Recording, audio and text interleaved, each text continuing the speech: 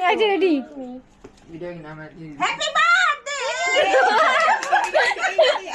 দেখ বুইড়া বুইড়া দাদির birthday happy birthday এবারে যে লাগাইছে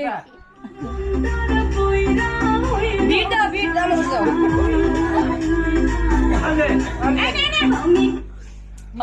আজকে আমার জন্মদিন, আমি তো আর কোনো সেলিব্রিটি না যে সবাই আমাকে উইশ করবে।